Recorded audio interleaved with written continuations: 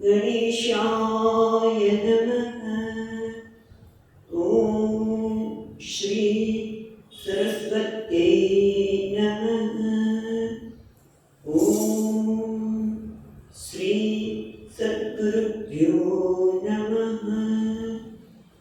ॐ भागवत भगवान की जय। नमः श्री परमहंस स्वादित चरण कमल चिन्ह करंदाय भक्तजन मानस निवासाय श्री रामचंद्राय वागीसाम्यस्य वदने लक्ष्मी यस्य च वक्षसि यस्यास्ते हृदये संवित् तं नरसिंहं भजे। सच्चिदानन्दरूपाय विश्वोत्पत्त्यादिहेतवे तापत्रयविनाशाय श्रीकृष्णाय वयं नमः। नारायणं नमस्कृत्यं नरं चैव नरोत्तमं देवीं सरस्वतीं व्यासं ततो जयमुदीरये।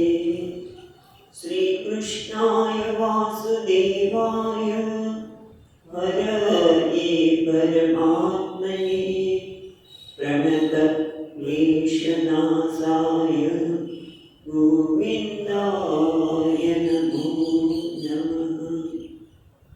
यं प्रवचन्तमनुपेत्य अपेतकृत्यं वैपायनो विहरकातर आजुभाव पुत्रेति तन्मयतया तरवोक्तिनेदुः तं सर्वभूतहृदयं मुनिमानतोऽस्मि।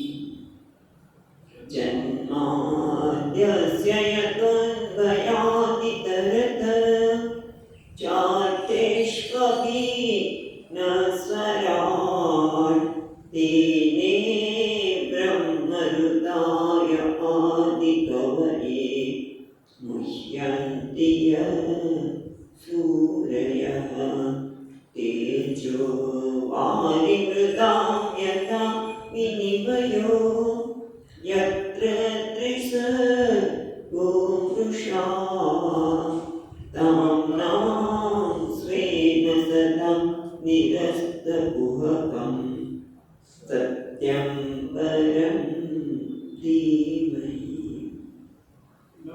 नमो भगवते तुभ्यं वासुदेवाय धीमहि प्रद्युम्नाय निरुद्धाय नमः संकर्षणाय च।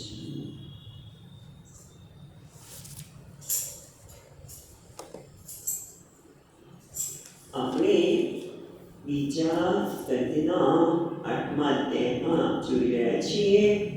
રાજા પરીક્ષિત પ્રશ્ન કરે છે અને એ પહેલા એક સુંદર વસ્તુ કહેવામાં આવી કે અને બધા ઈચ્છે ને કે ભાઈ હું મરું ત્યારે બીજા ક્યાંય મારું ચિત્ત ન હોય, ભગવાનમાં ચિત્ત હોય અને આ શરીર છોડ્યું।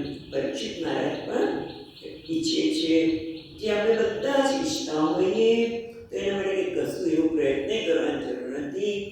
મરતી વખતે ભગવાનમાં ચિત્ત ત્યારે હોઈ શકે કે જ્યારે શ્રદ્ધાપૂર્વક ભગવાનના ગુણાનુવાદનું સ્મરણ કર્યું હોય, કથન કર્યું હોય તો ભગવાન પોતે જ એના કર્ણરંધ્રમાંથી પ્રવેશીને હૃદયનું બધું માળખું કરી દે છે। અને એવું થવાથી જ્યારે હૃદય શુદ્ધ થાય ત્યારે ભગવાનને, ભગવાનના ગુણાનુવાદને, ભગવાનના ચરણ કમળને છોડવાની ઈચ્છા થાય જ નહીં। જેમ ઘણા વખત પછી પેલું બાંધવ એટલે જે પતિત છે પગે ચાલીને પોતાના ઘરે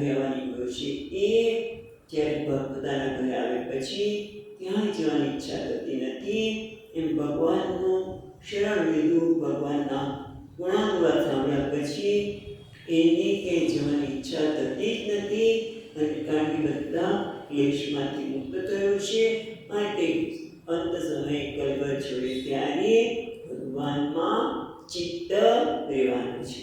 એટલે વાત કર્યા પછી પરીક્ષિત મહારાજે ઘણા બધા પ્રશ્નો પૂછ્યા.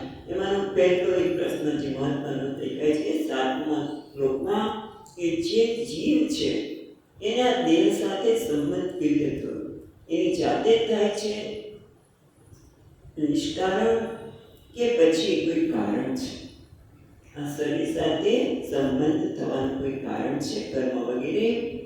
અને ભગવાન પણ સામાન્ય વર્ણન કરાવે છે, મનુષ્ય જેવું શરીર ધારણ કરાવે છે. તો સામાન્ય મનુષ્યમાં અને ભગવાનમાં કોઈ વિશેષતા તો હોવી છે. કારણ કે તમે જ કહ્યું કે ભગવાનના અનુગ્રહ થાય ત્યારે જ બ્રહ્માજી જે નાભિકમાંથી ઉત્પન્ન થયા છે એ ભગવાનના રૂપને જાણી શકે છે. ભગવાન આગળ બ્રહ્માજી જ કહેલું. અને એટલું જ નહીં, પછી બીજો પ્રશ્ન એ પણ કરે છે કે ભગવાન જે આ સૃષ્ટિની ઉત્પત્તિ સ્થિતિને લઈનું કારણ છે એવા પરમાત્મા, એવા માયાના સ્વામી, મુક્વા સ્વમાયા, માયાને છોડી પ્રલય કાળે માયાને છોડે છે ત્યારે એનું સ્વરૂપ શું હોય છે? એમનું સ્વરૂપ શું હોય છે એ પણ મને કહો. એ સિવાય પછી આપણે જોઈએ પ્રમાણે 11મા શ્લોકમાં એ પ્રશ્ન સંદેહ થયો કે એક જગ્યાએ તમે એમ કહ્યું કે વિરાટ પુરુષના અવયવમાંથી લોકો અને લોકપાલની કલ્પના કરવામાં આવી મનુષ્ય દ્વારા. અને બીજી જગ્યાએ એમ કહ્યું કે આ ભગવાન, બધા લોક અને લોકપાલ છે એ ભગવાનના પહેલા ભગવાનનું સ્વરૂપ થયું અને આ બધા ભગવાનના પાતાએ ભગવાનનું મૂળ આપણે ચરણ છે વગેરે કહ્યું.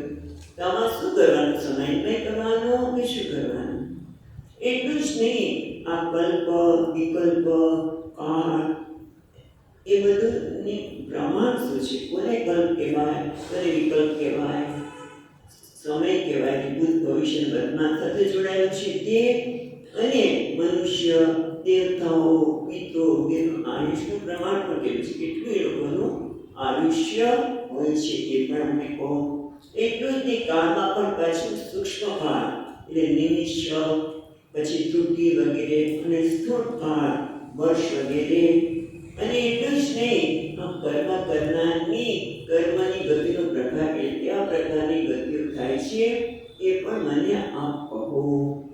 પછી 14મો શ્લોક ગઈકાલે જોયું પ્રમાણે શું કહે છે? યસ્મિન કર્મ સમાવાયઃ યથા એન ઉપગૃહ્યતે ગુણાનાં ગુણિનાં ચૈવ પરિણામ અવિચ્યુતામ. એટલે કહે છે કે ગુણાનાં ગુણિનાં ચૈવ, ગુણાનામ એટલે સત્વ, રજસ, તમસ વગેરેનું પરિણામ છે. કારણ કે સત્વનું પરિણામ શું છે? દેવ વગેરે યોનિ, બરાબર. અને ગુણિનામ એટલે જીવ. જીવ છે કર્મ કરે છે, પુણ્ય અને પાપ કર્મ, એના કારણે, એના સમુદાયના કારણે, પાપ પુણ્ય કર્મના સમુદાયને કારણે એ દેવાની ભાવને કેવી રીતે પ્રાપ્ત કરે છે? એ કયા ગુણથી કયા યોનિને પ્રાપ્ત કરે છે એવું આપણે અર્થઘટન થઈ શકે. હવે પછી 15મા શ્લોકથી આપણે આગળ જોઈએ.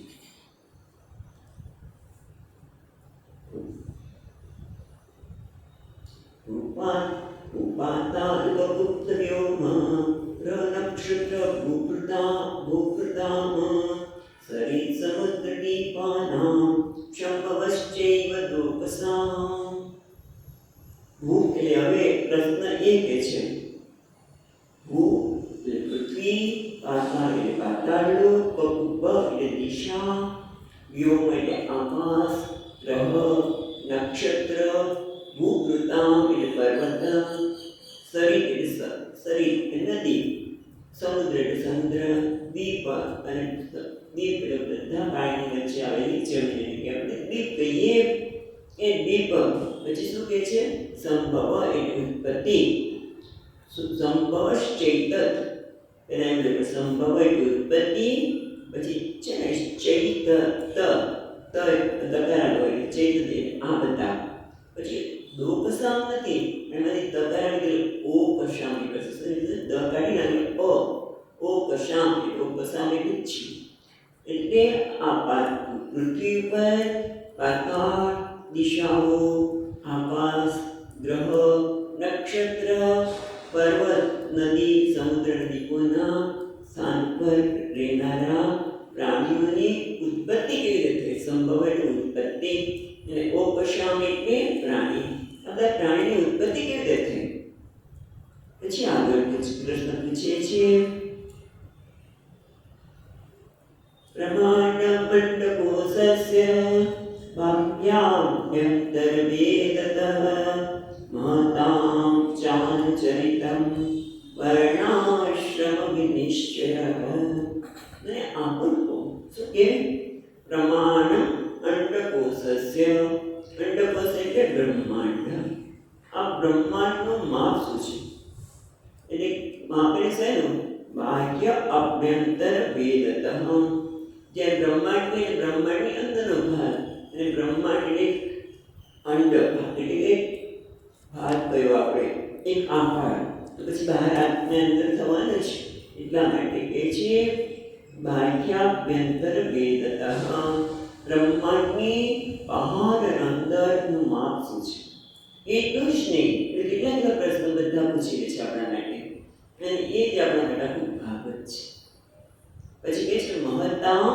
ચ અનુચરિતં મહતાં એટલે મહાન પુરુષો મહતાં ચ અનુચરિતં અને અનુચરિતં એટલે એમના ચરિત્રો એટલે મહાપુરુષના ચરિત્રોનું વર્ણન કરો ક્યાં ગયા છે એમ અને એટલું જ નહીં વર્ણાશ્રમ નિશ્ચય અને વર્ણ અને આશ્રમનો નિશ્ચય કર્યો અથવા વર્ણ અને આશ્રમ નિશ્ચય કર્યો નિશ્ચય શું છે નિશ્ચય કેવી રીતે કર્યો એના વર્ણ અને આશ્રમના શું ધર્મ છે બધું અંદર આવી જાય એટલે શું કહે છે આ બ્રહ્માંડના અંદર બહારનું પ્રમાણ શું છે મહાપુરુષનું ચરિત્ર અને વર્ણ અને આશ્રમનો નિશ્ચય એટલે નિર્ણય નિશ્ચય એટલે સ્વભાવ નિર્ધારક અહીંયા ટીકાકાર કહે છે કે તે વર્ણ અને આશ્રમના સ્વભાવનો નિશ્ચય કેવી રીતે કરવામાં આવ્યો એ નિશ્ચયનો પણ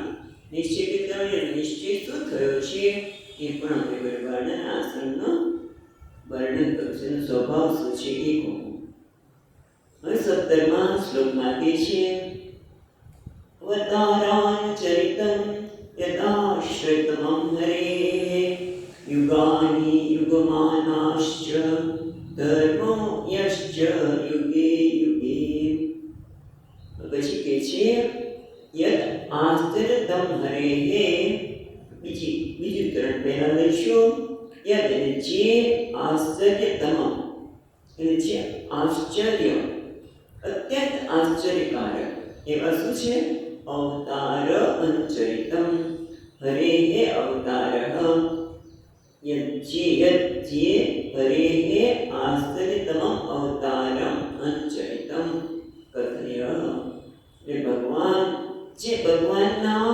હરિના જે અત્યંત આશ્ચર્યકારક અવતાર ચરિત્રો છે તે અને એટલું જ નહીં યુગાની યુગમાનમ ચ ધર્મો યશ્ચ યુગે યુગે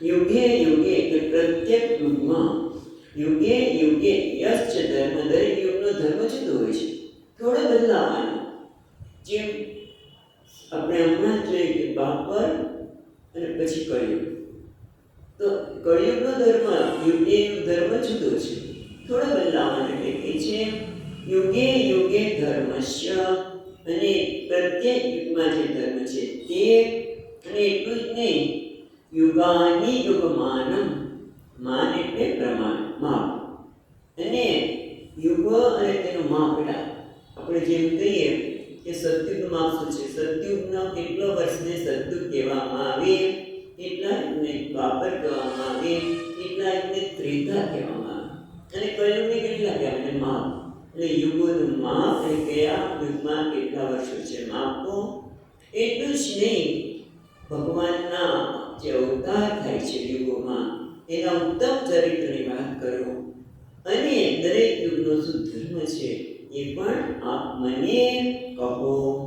18મા શ્લોકમાં નૃણામ સાધરણો ધર્મઃ સવિશિષ્ટ યાદૃશઃ શ્રેણીનામ રાજર્ષિણામ ચ ધર્મ ઉચ્ચેષુ જીવતામ. ઘણા બધા ધર્મની વાત કરીએ છીએ. પહેલા તો નૃણામ એટલે મનુષ્ય, સાધારણ ધર્મ, સવિશિષ્ટ યાદૃશ. યાદૃશ જે આ પ્રકારનો જે પ્રકારનો હોય તે શું ધર્મ મનુષ્યનો એક સાધારણ ધર્મ છે. એટલે કે દરેક વર્ણને એટલે ટૂંકમાં દરેક મનુષ્ય લાગુ પડે. ગમે તે વર્ણનો મનુષ્ય હોય એને એક સાધારણ ધર્મ લાગુ પડે છે. આગળ વિસ્તારથી આપણે જોયું વખત કે દરેક મનુષ્યનો એક સાધારણ ધર્મ શું છે તો જે પોતાને બધાને ખબર છે. સાધારણ ધર્મ માટે શાસ્ત્ર પાઠ્ય પણ જવાની જરૂર નથી, એ બધામાં હોવો જ જોઈએ. દરેક વર્ણના મનુષ્યમાં હોવો જોઈએ. એને નૃણામ એ મનુષ્યનો એક સાધારણ ધર્મ છે અને એક વિશેષ ધર્મ છે. જેમ કે સાધારણ ધર્મ એટલે બધાને સાચું બોલે ગમે, કોઈ કોઈની સાથે ખોટું બોલે ગમે નહીં. ખોટું બોલે તો આપણે ખરાબ લાગી જાય, મારી સાથે ખોટું બોલ્યા તરત જ આપણે જો કહી શકતા હોઈએ તો સામેને કહી પણ દે તમે કેમ ખોટું બોલ્યા મારી સાથે. મારું કોઈ અપમાન કરે મને ગમે નહીં, એટલે બીજાને પણ એ ન ગમે. જો મને સત્ય બોલી ગમે છે તો બીજાને પણ આપણે સત્ય બોલીએ ગમે. આપણનું કોઈ અપમાન કરે ન ગમે તો બીજાનું પણ અપમાન થતું ન ગમે. પછી નાનું બાળક હોય તો આપણને બાળકને ખબર પડે, એને પણ ખબર પડે છે.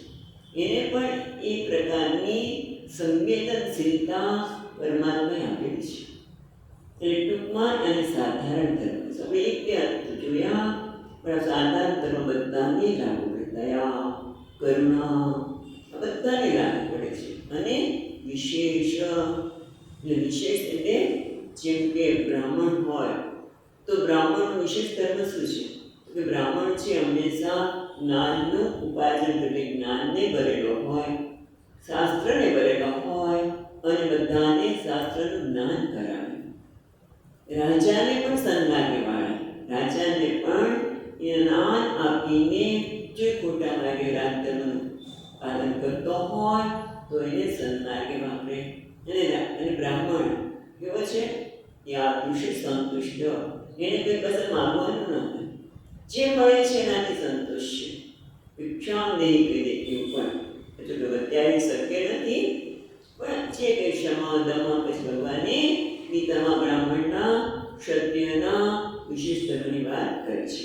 એ ટૂંકમાં વિશેષ નૃણાનામ સાધારણ ધર્મ સવિશેષ યાદૃશ જે પ્રકારનો વર્ણ આશ્રમને આધારે સાધારણ અને વિશેષ ધર્મ છે તે એટલું નહીં. શ્રેણીનામ રાજર્ષિણામ, શ્રેણીનામ એટલે શું છે એટલે જે તે તદ્દત વ્યાપાર ઉપજીવીનામ એટલે વ્યવહાર નિયમ લક્ષણ ધર્મ. શ્રેણીનામ એટલે જે તે વર્ણના હોય એનો એક વ્યાપાર એટલે એક ધંધો હોય કે બ્રાહ્મણ એટલે આ કરવું, ક્ષત્રિય એટલે આ કરવું, વૈશ્યનો વ્યવહાર કરવો, શૂદ્રને સેવા કરવી. અથવા તો સ્વામીજી કે એ ડુગડુગવાલા હંમેશા એમને આ શબ્દ બહુ બોલતા, ડુગડુગવાલા ઢોલી. આપણે ઢોલી કહીએ એમને આ હિન્દી શબ્દ ક્યાંથી આવવા મળ્યો ડુગડુગવાલા, તો એનો છોકરો ઢોલી જ હોય. એટલે એનો વ્યવસાય છે તો એ ઢોલીના પણ કોઈ નિયમ હોય.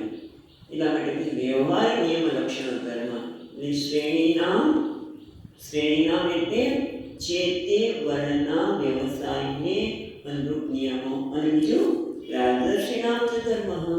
રાજર્ષિનામ એટલે રાજા, રાજાને ઋષિ પણ કહેવામાં હતા. એટલે પ્રજાપાલન અધિકારીના જે પ્રજાનું પાલન કરે છે એનો પણ શું ધર્મ છે. અને છેલ્લે શું કહે છે? કૃચ્છેષુ જીવિતામ ધર્મઃ. કૃચ્છેષુ એટલે શું? તો કે કોઈ આપતકાળ હોય અને એમાં જે વ્યક્તિ જીવી રહી છે તો આપતકાળનો શું ધર્મ છે? બરાબર, એ વખતે ધર્મ બદલાઈ જાય છે, તો એનો શું ધર્મ છે એ પણ આપ અમને કહો. હવે આપણે શું જાણવા માંગીએ છીએ? તો કે છે 19મા શ્લોકમાં તત્વાનાં પરિસંખ્યાનં લક્ષણં હેતુ લક્ષણં પુરુષારાધન વિધિ યોગસ્ય આત્મા આધ્યાત્મિકસ્ય ચ. એટલે હવે તત્વાનાં પરિસંખ્યાનં લક્ષણં હેતુ લક્ષણં.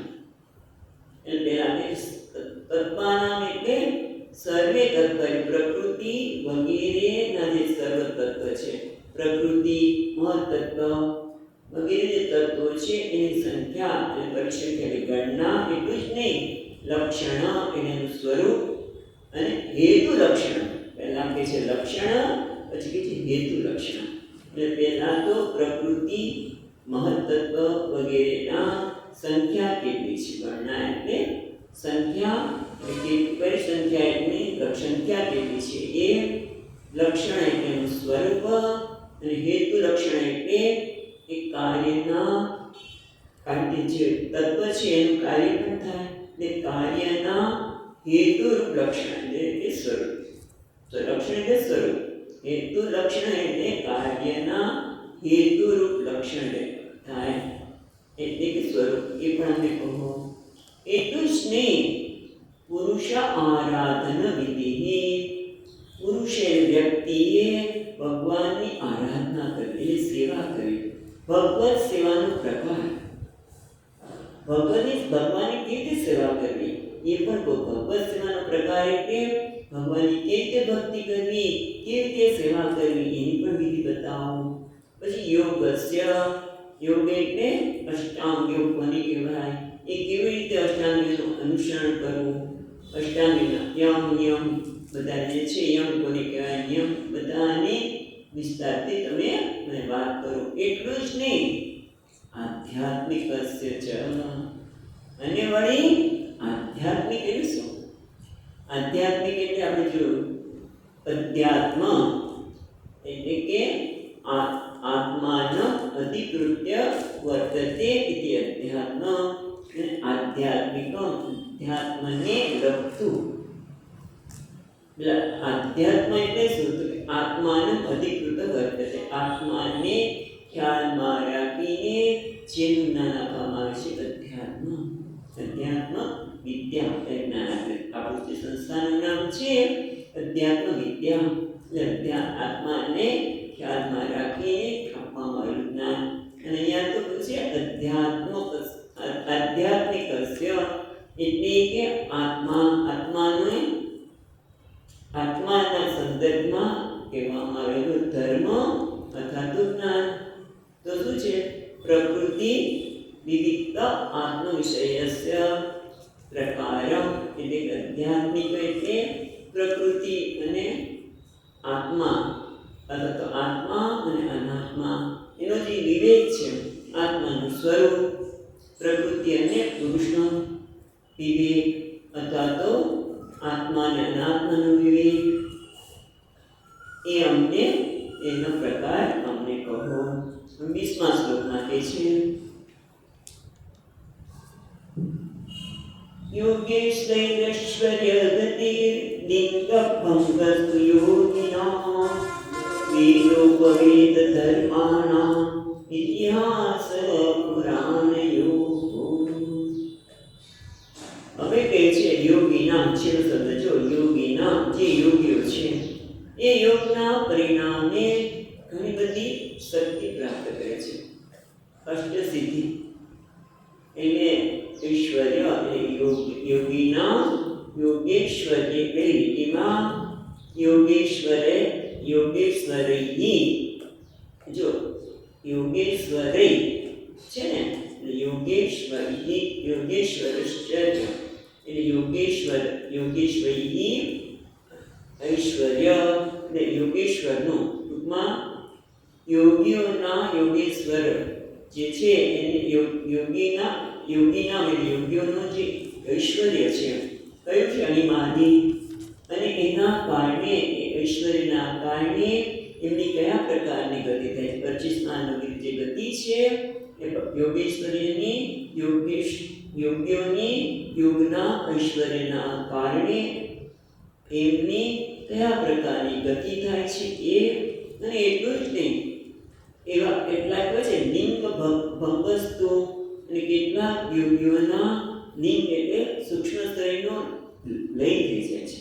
જેમ જે જ્ઞાની છે એ જ્ઞાનીને જ્યારે જ્ઞાન પ્રારબ્ધ પૂરું થતાં શરીર શાંત થાય ત્યારે પછી સૂક્ષ્મ શરીર છે એ જે તે તત્વમાં ભળી જાય છે. એમ અહીંયા પણ કહે છે લિંગ સ્તરનો ભંગ અને નાશ કેવી રીતે થાય છે.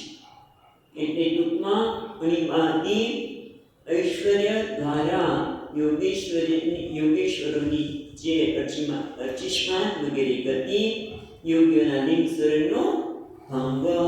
પછી બીજી લીટીમાં કહે છે વેદોપવેદ ધર્માણમ ઇતિહાસ પુરાણયોગો. એટલે વેદ એટલે કયા? ઋગ્વેદ વગેરે. ઋગ્વેદ પછી કયું આવે? સામવેદ, યજુર્વેદ, અથર્વવેદ અને ઉપવેદ. ઉપવેદના લોકો આયુર્વેદ વગેરેને ઉપવેદ ગણ્યા. પછી ધર્મ, જો વેદ ઉપવેદ, પછી શું છે? ધર્માણામ એટલે ધર્મશાસ્ત્ર. તે અને ધર્મશાસ્ત્રમાં સાથે ઇતિહાસ અને પુરાણમાં પણ ધર્મની વિગતવાર કરી છે. એની ગતિ એટલે સ્વરૂપ. ગતિ એટલે આપણે આગળ ગતિ કરીએ એટલે કે વગેરે એની કઈ પ્રકારની ગતિ થાય છે, શરીર છોડ્યા પછી કયા માર્ગે જાય છે. બીજી વખત ગતિનો અર્થ કર્યો સ્વરૂપ. એટલે વેદ ઉપવેદ ધર્મશાસ્ત્રમાં જે ધર્મની વાત કરી છે, ઇતિહાસ અને પુરાણમાં જે વાત કરી છે એનું ધર્મનું સ્વરૂપને, વેદના સ્વરૂપને બધાની તમે અમને વાત કરો. દરેક વખતે કથાય એ જોડવાનું છે. હવે 21મા શ્લોકમાં આગળ છે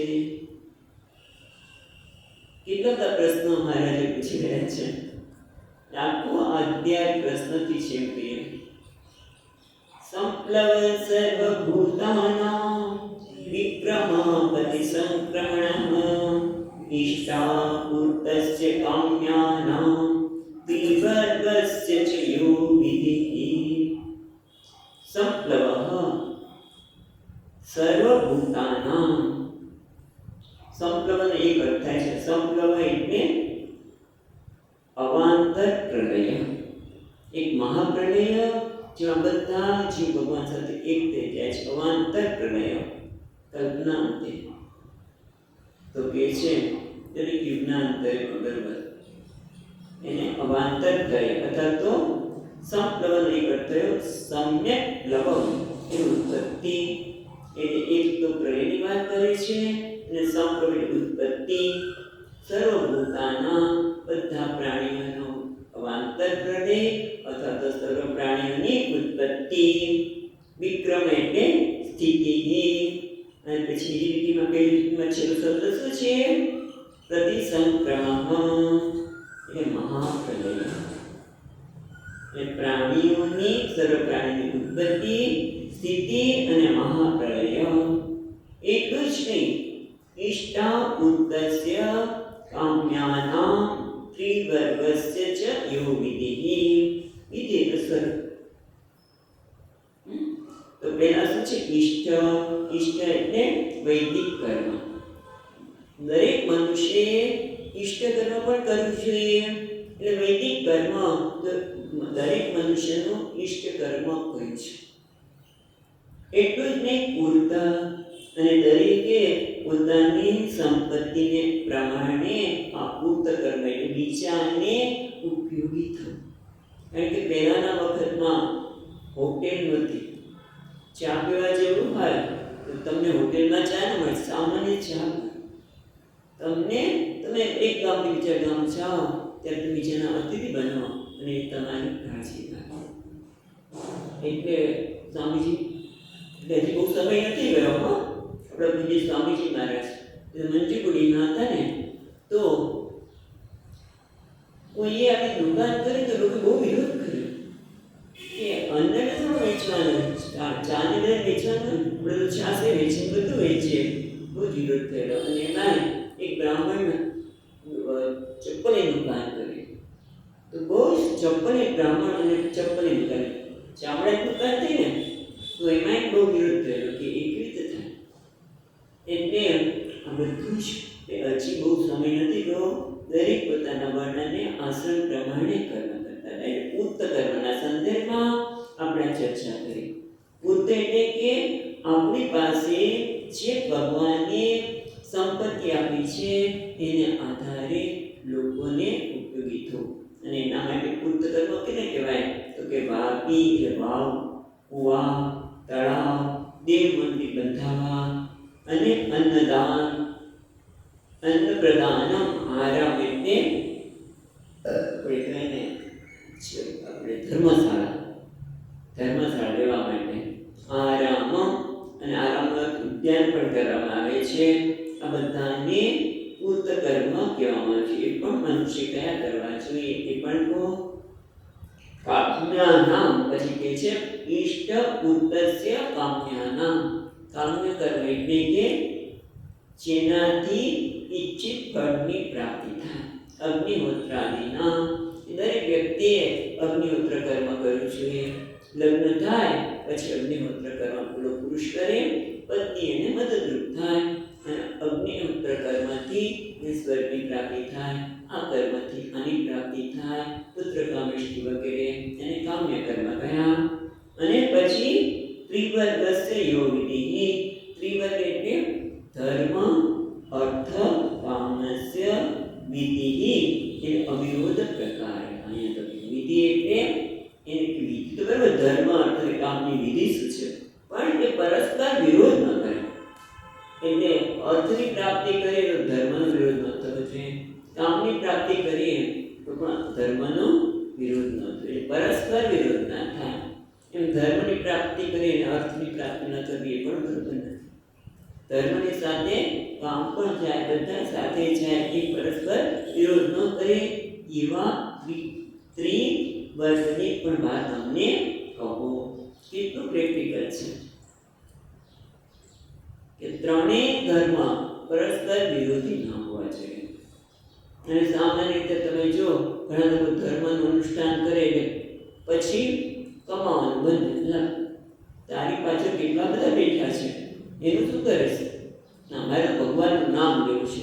તો લગ્ન કર્યા, ગૃહસ્થાશ્રમમાં પ્રવેશ કર્યા પછી પણ આવું બનતું હોય છે. તો કે કોઈ એકબીજાનો વિરોધ ન થવો જોઈએ. ત્રિવર્ગસ્ય વિધિ અવિરોધ પ્રકાર. હવે 22મા શ્લોકમાં કહે છે યશ્ચાનુષાયિનાં સર્ગઃ પાખંડસ્ય ચ સંભવઃ આત્મનો બંધમોક્ષશ્ચ વ્યવસ્થાનં સ્વરૂપતઃ.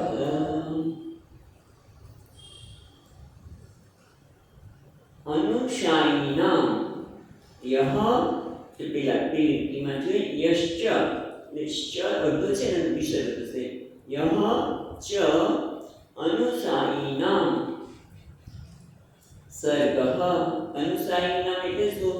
ઉપાધિના લય પામી હોય તેવા જીવો, જેની ઉપાધિ લય પામી છે, પ્રલય થયો છે.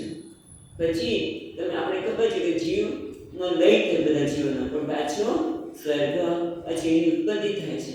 એટલે કે છે ઉપાધિ લય પામી હોય તેવા જીવોનું સ્વર્ગ ઉત્પત્તિનો પ્રકાર. અને એટલું જ નહીં, પાખંડસ્ય સંભવઃ. પાખંડ કોને કહેવાય?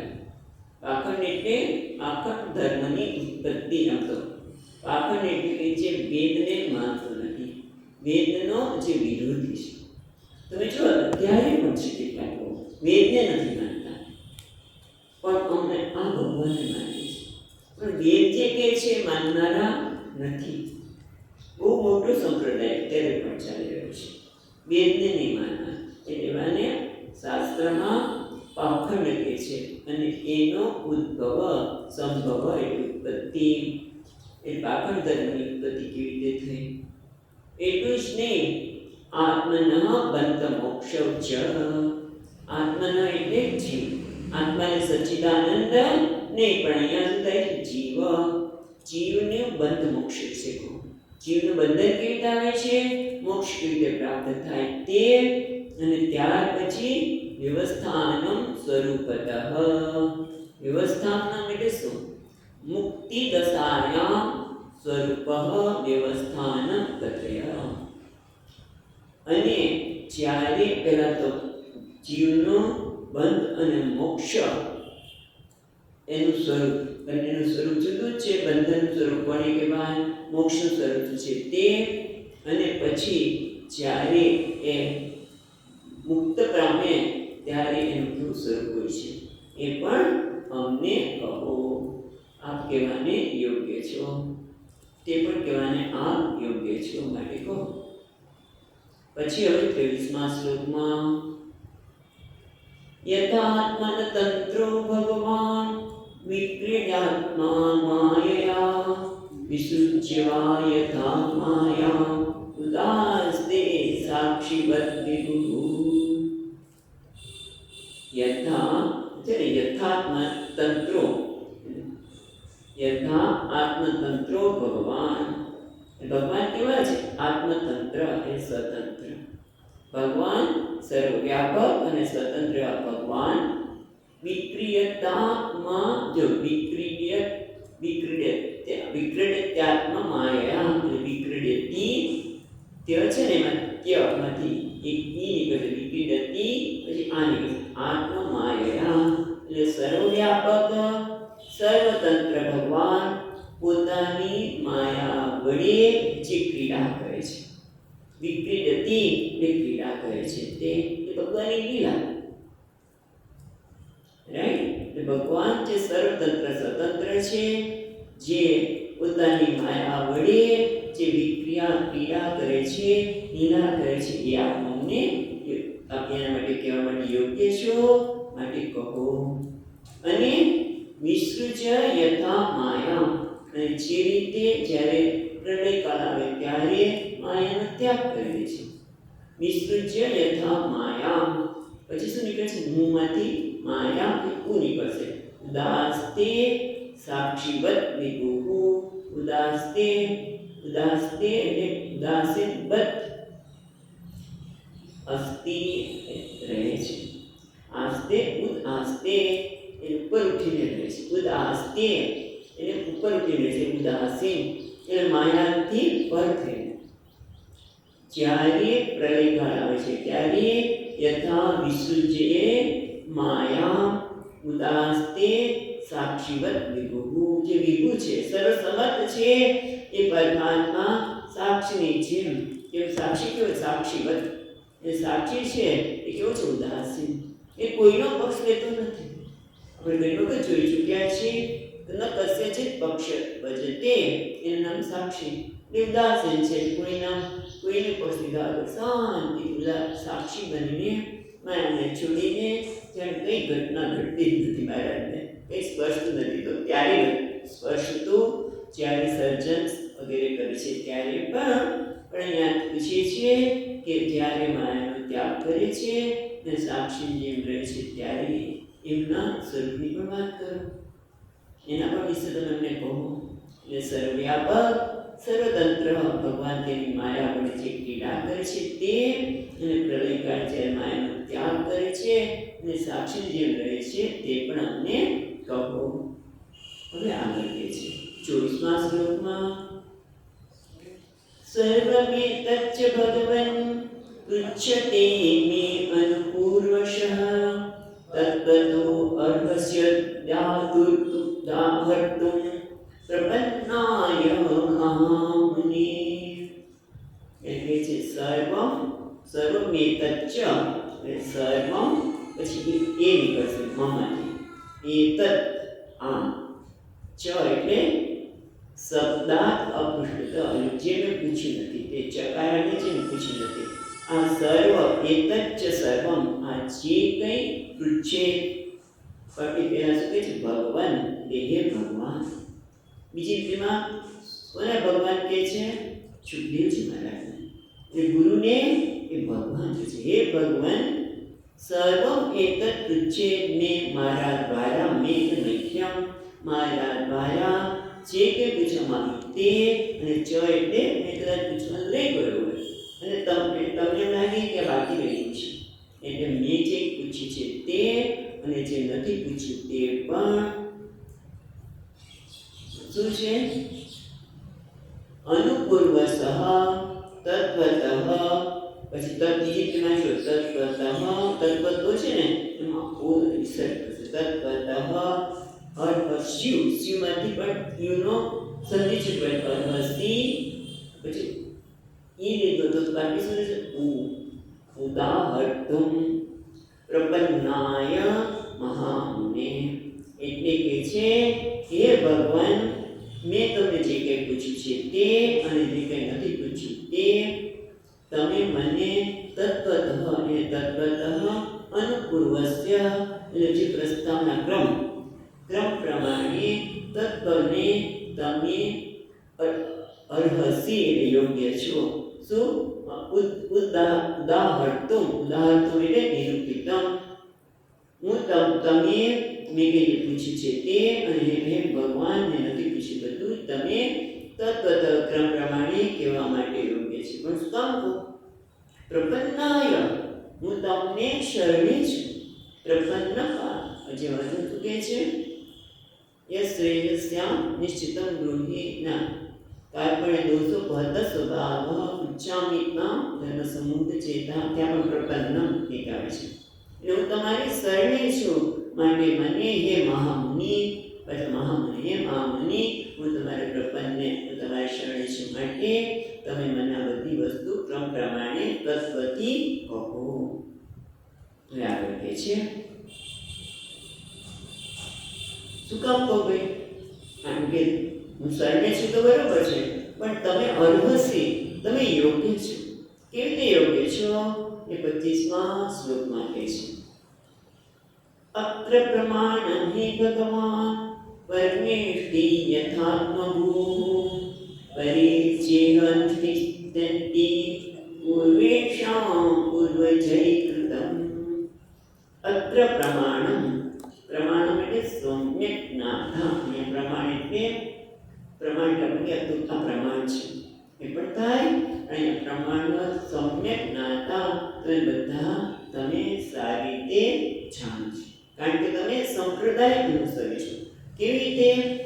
અત્ર પ્રમાણ હિ ભવાન, તમે આ બધું સારી રીતે જાણો છો, કારણ કે પરમેષ્ટિ યથાત્મભૂઃ એટલે પરિચર્ય અનુષ્ઠિતે અનુતિષ્ઠન્તિ પૂર્વેષાં પૂર્વજૈકૃતમ. પેલા એક તો એ કે છે યતઃ, તમે સારી રીતે જાણના છો ભગવાન, આપ સારી રીતે આ બધી વસ્તુને જાણો છો. કેમ કે યતઃ તવ બ્રહ્મ નારદ વ્યાસ ક્રમેણ સંપ્રદાયો અસ્તિ સામાન્ય ન્યાયન આહ પરિચિતિ. એટલે તમે એવા છો કે જે સંપ્રદાયવિદ છો, કારણ કે બ્રહ્માજી પછી આપણે આવે છે બ્રહ્મજી, નારદ, વ્યાસ અને બધા પાસેથી જે આવ્યું છે એ તમે કહી રહ્યા છો. અને એટલું જ નહીં, આ બધા કેવું છે? વેદ સંમત છે. એટલે બધા સંપ્રદાય છે. અને હંમેશા કહેવામાં આવે કે જે સંપ્રદાયને જાણનાર હોય, સંપ્રદાયવિદ હોય, એની પાસે જ ઉપનિષદનું કે ગીતાનું કે આ શાસ્ત્રનું અધ્યયન કરવું છે. કેમ? એક તો વેદ તો છે, તો વેદની વાત, આપણે ભાગવત પણ વેદ જ છે.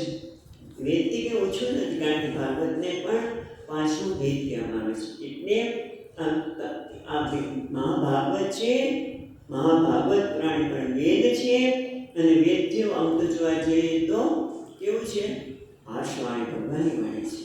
પણ એ ભગવાને કીધું નથી, એ કેવું છે? અપૌરુષે છે.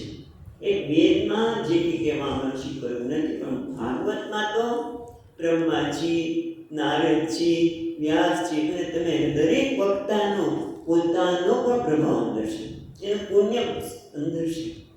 એટલે કેટલું પુણ્યવાળું થઈ ગયું. સંપ્રદાયની તો છો તમે, અને આટલું બધીમાં શક્તિ રહે છે. દરેક વક્તા બ્રહ્માજી છે, નારદજી છે, વ્યાસજી છે, અને તમે પછી બીજા પણ આવશે. એટલે ટૂંકમાં દરેક સંપ્રદાયના વક્તા એ સંપ્રદાયને વધુ ઉન્નત બનાવે છે, ઘનિષ્ઠ બનાવે છે. એટલા માટે તમે વાંચો, જ્યારે પરે ચ ચેતી અનુષ્ઠિતમ, અન્ય અને બીજા પરે બીજા હોય એ લોકો છે એ કેવા હોય છે? અનુષ્ઠિતમ એટલે ક્રમ પ્રમાણે સમુદ્રથી પ્રાપ્ત થયેલું છે, પણ આપણા સિવાયના જે અન્ય લોકો છે એ ઘણું કરીને કેવા છે? પરિચયથી બીજા આગળના જે કીધું એ પ્રમાણે અનુષ્ઠાન કરીને કે છે. જેમ ગતાનો ગતિકો લોકો નષ્ટો મે તામ્રભાજનમ, કારણ કે એક વ્યક્તિ કરે એ પ્રમાણે બીજા કરે, એટલે આવું થતું હોય છે. જો એક વ્યક્તિ ખોટું શીખી હોય, ઉચ્ચાર કરતા ખાલી સહના હોતું આપણે સ્કૂલમાં જોયું છે, હવે મને નથી ખબર, પણ જ્યારે ત્યાં ઘોઘા સર્કલ બાજુમાં સ્કૂલ હતી તો બધા ખોટું પડે. સહના એક વખત હવે યાદ પણ નથી મને, પણ ખોટું જ બોલાતું. કારણ કે એક જે વ્યક્તિ બોલે એને પાસે સાંભળીને બીજી વાર કે બીજી કે ત્રીજી કે કેવું ને ગતાનું ગતિકો લોકો એક પ્રમાણે વિચાર કરે. કે વ્યક્તિએ કેટલા બ્રાહ્મણે ખૂબ પૈસા ભેગા કર્યા હતા, અને એને થયું કે આ પૈસા ક્યાં મૂકીને જાઉં, એ કદાચ રામના નદીના કિનારે નાખી દઉં અને એના પર એક શિવલિંગ બનાવી દઈશ. હું આવીશ ત્યારે શિવલિંગ નીચે પૈસા લઈ લઈશ, અને પછી તો બધાને તો કયા નદી નાહીને શિવલિંગ બનાવવાની ઉપર લાગે છે. બધા જેટલા આવે સ્નાન કરીને શિવલિંગ બનાવે કરતા ન ગતિકમ લોકો આવી છે. એટલે કે છે પરિચય અનુષ્ઠિતમ પૂર્વેશામ પૂર્વજય કૃતમ, એટલે બીજાને મોટા ભાગના લોકો તો આગળના લોકો પાસેથી અનુસરીને કહેતા હોય છે. એટલે કે તે તત્વવેતા નથી, જ્યારે આપ તો તત્વવેતા છે. અને એટલા માટે સંપ્રદાયવિદ છો, તત્વવેદ છો, એટલા માટે આપ કહેવાને યોગ્ય છો, માટે તમે મને કહો. હવે આગળ કહે છે કે ભાઈ તને કહું તો ખરું, જાણે કે સુખદેવ મારી તને કહું તો ખરો, પણ તો ખાવા પીવાનું છોડી દીધું છે, તારા પ્રાણ કેટલા ટકશે, તો તને કેવી રીતે કહું? તો એના માટે બહુ સુંદર જવાબ આપે છે કે છે નમે અસ પરાયંતી બ્રહ્મન અનસ્નાદન દમી પીબતો અચ્યુત પીયુષમ અન્યત્ર કુપિતો દ્વિજા. નમે અસવહ એટલે પ્રાણ, હે બ્રહ્મન, હે સુખદેવજી એટલે કે બ્રહ્મન છે ને, બ્રહ્મન પછી ન સનાદામી એટલે ન પછી અ છે ને ન થઈ ગયો, એટલે અસના અમી અગ્નિ અસવ અમારા પ્રાણ છે ને એ ખાવા પીવાથી નથી જવાના છે તો બ્રહ્મ પિતા દીજા. મારા પ્રાણ તો બ્રાહ્મણના ઉત્સાહ થવાને લીધે જેને શ્રાપ આપ્યો છે, પિતા એટલે જેને શ્રાપ આપ્યો છે એ જવાના છે. અને હું પણ ઈચ્છું છું કે મારા પ્રાણ એના શાપથી જ જાય, કારણ કે બ્રાહ્મણનો શાપ સત્ય થવો જોઈએ ને, એનો શાપ સત્ય થવો જ જોઈએ, એટલે પ્રાણ તો જવાના જ છે. પણ મારા પ્રાણ ન ખાવાથી નથી જવાના. કેમ? કારણ કે હું બીજું પાન કરું છું. કયું પાન કરું છું? પીબતઃ બીજી રીતિમાં પીબતઃ અચ્યુત પીયુષમ અન્યત્ર કુપિતા દ્વિજઃ. હું તો અચ્યુત પરમાત્માના અચ્યુત ભગવાનના કથામૃતનું પાન કરી રહ્યો છું. એટલે મારી પાસે જે બળ છે ને એ કંઈક જતું નથી રહેવાનું. શરીર જ્યાં સુધી એનો સાપ ફળીફૂટ નહીં થાય ત્યાં સુધી આ શરીર ટકી રહેવાનું છે. કારણ કે હું ભલે ખાવા પીવાનું છોડી દીધું હોય, પણ અચ્યુત ભગવાનની કથામૃતનું પાન કરી રહ્યો છું.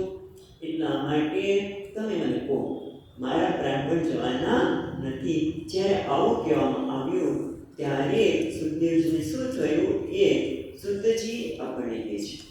27માં શ્લોકમાં સુતવાચ સૌપામંત્રિતો રાજ્ઞા કથાયામિતિ સત્પતેઃ બ્રહ્મરાત્રો કુશં પ્રીતો વિષ્ણુરાત્રેણ સંસદિ પ્રાહ ભાગવतं નામ પુરાણં બ્રહ્મ સંહિतं બ્રહ્મણે ભગવતઃ પ્રોક્तं બ્રહ્મકલ્પ ઉપાસતે. 27 ને 28 શ્લોક આપણે સાથે લીધું સુતજીનો. તો સુતજી વાચ, સુતજી બોલ્યા શું? સ ઉપમંત્રિત રાજ્ઞા કથાયા ઇતિ સત્પતેઃ. ઉપમંત્રિત એટલે પૂછવામાં આવ્યું. શું? તો કે છે સત્પતેઃ. સત્પતેઃ એટલે સત એટલે છે, સત એટલે હોવું, અને પતિ એટલે એના પતિ, એટલે કે ભગવાન. સત્પતિ એટલે શ્રી હરિ. એની કથાના, શ્રી હરિની કથા વિશે રાજા, પણ રાજા કોણ? વિષ્ણુરાતેના બે શબ્દ છે બીજી લીટીમાં. બ્રહ્મરાત એટલે સુખદેવજી મહારાજ, અને વિષ્ણુરાત્રિ એટલે જે વિષ્ણુ ભગવાને જેની એની રક્ષા એટલા માટે એનું નામ વિષ્ણુરાતેન. એટલે વિષ્ણુરાતેન રાજ્ઞા. વિષ્ણુરાજ જે રાજા, વિષ્ણુરાજ પરીક્ષિત રાજાએ સત્પતેઃ કથા ઇતિ ઉપમંત્રિતા, એણે ભગવાનની કથા વિશે જે પૂછ્યું. સહ બ્રહ્મરાતઃ, એ જે બ્રહ્મરાત સુખદેવજી કૃષ્ણ પ્રીત એને પૂછ્યું, તેને ખૂબ આનંદ થયો. કૃષ્ણ એટલે અત્યાધિક પ્રીત એટલે પ્રસન્ન થયા. એમને જ્યારે રાજા વિષ્ણુરાજા પરીક્ષિતે ભગવાનની કથા વિશે પ્રશ્ન કર્યા, એટલે એનાથી એ કૃષ્ણ પ્રીત એ ખૂબ પ્રસન્ન થયા. અને સંસદી, પછી છેલ્લો શબ્દ છે સંસદી, એ 28ના શ્લોક સાથે લઈએ. સંસદી સભાયામ, એ સભામાં શું કર્યું? તો ભાગવતની વ્યાખ્યા. ભાગવત શું છે? ભાગવતમ નામ પુરાણ બ્રહ્મ સંહિતા. ભાગવત નામ પુરાણ જે શું છે? બ્રહ્મ સંહિતા. બ્રહ્મ સંહિતા એટલે વેદ તુલ્ય છે, વેદ જ છે. બ્રહ્મ સંહિતા જે વેદ તુલ્ય છે. અને એટલું જ નહીં, બ્રહ્મણે ભગવત પ્રોક્તમ બ્રહ્મકલ્પમ ઉપાગતે. બ્રહ્મકલ્પમ ઉપાગતે એટલે સૃષ્ટિનો પ્રારંભ. બ્રહ્મકલ્પ ઉપાગતે એટલે સૃષ્ટિના પ્રારંભમાં ભગવાને ભગવત પ્રોક્તમ બ્રહ્મણે, ભગવાને સૃષ્ટિના પ્રારંભમાં જ્યારે સૃષ્ટિનો પ્રારંભનો સમય થયો ત્યારે ભગવાને બ્રહ્માજીને આ ભાગવત નામનું પુરાણ જે વેદ તુલ્ય છે એ કહ્યું. અને એ ત્યારે પરીક્ષિત રાજાએ આ કથાની ઈચ્છા કરી, ઉપમંત્રિત એટલે પ્રાર્થના કરી, પૂછ્યું. ત્યારે સભામાં પ્રસન્ન થઈને સુખદેવજી મહારાજે પ્રાહ કહ્યું. પ્રાહ છે એક શબ્દ રહી ગયો છે 28માં શ્લોકમાં પેલો શબ્દ છે પ્રાહ એટલે કહ્યું. એટલે કે ભાગવત નામનું વેદ તુલ્ય પુરાણ કહેવામાં, સભામાં કહેવામાં આવ્યું, જે બ્રહ્મકલ્પના સમયમાં ભગવાને બ્રહ્માજીને કહ્યું હતું. અને આગળ કહે છે 29માં શ્લોકમાં યદ્યત પરીક્ષિત પાંડૂનામ અનુપૃચ્છતિ આનુપૂર્વેણ તત્સર્વં આખ્યાતમ ઉપચક્રમી. એટલે કે છે સંસદમાં, સભામાં સુખદેવજી મહારાજે ભાગવત નામના પુરાણની વાત કરી.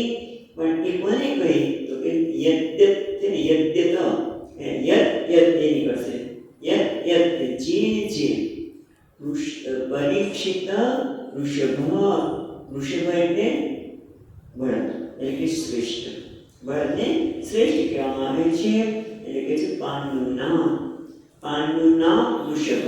પહેલા પાંડુનું નામ એટલે પાંડુ કુળમાં પાંડવોમાં જે શ્રેષ્ઠ છે એવા પરીક્ષિતે જે પ્રશ્નો કર્યા તે બધા જ પાંડુનું નામ અનુપૃચ્છતિ આનુપૂર્વેણ તત્સર્વં વ્યાખ્યાતમ ઉપચક્રમે.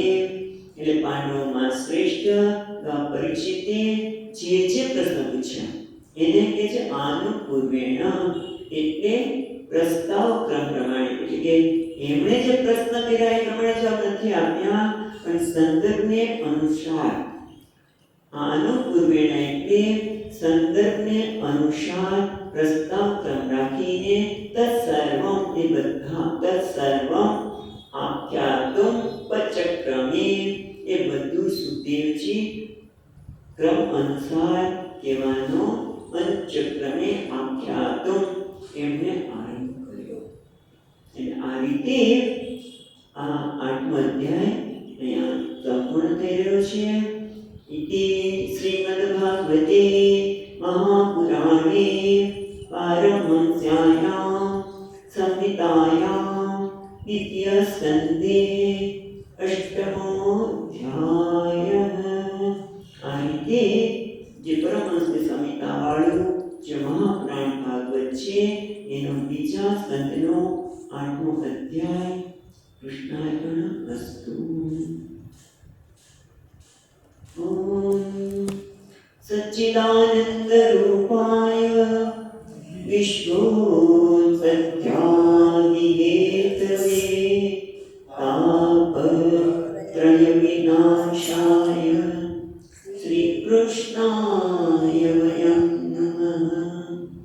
યં પ્રગજन्तમનુપેત્ય અપેતકૃત્યં વૈપાયનો વિહરકાતર આજુભાવ પુત્રેતિ તન્મયતયાતરવો વિનેદુઃ तं સર્વભૂતહૃદયં મુનિમાનતોऽસ્મि. ઓમ શાંતિ શાંતિ શાંતિ. હરિ ઓમ.